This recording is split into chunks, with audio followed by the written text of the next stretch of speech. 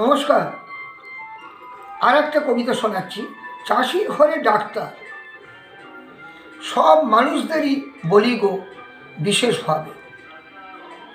চাষিরাও তো মানুষ, ভগবানের সৃষ্টি এবং ভারত মাতার অবদান।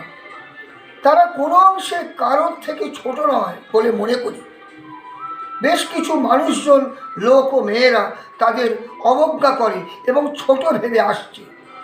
তবে আজকের দুনিয়ায় তাদের মতন জন্তুদের চোখ খুলিয়ে দিয়েছে ও মনে চেতনায় প্রকাশ ঘটাচ্ছে।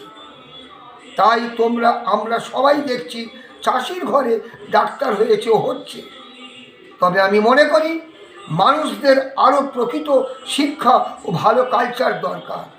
যা বলেছেন ঈশ্বর সুভাষ বোস ও ঈশ্বর স্বামীজি তো নিজেই বলেছেন যে জীবকে সেবা করো ও ভগবানকে বিশ্বাস রাখো। এটা তো অনেকেরই জানা আছে। আশা করি নোংরামি পুনরাবৃত্তি হবে না। নমস্কার।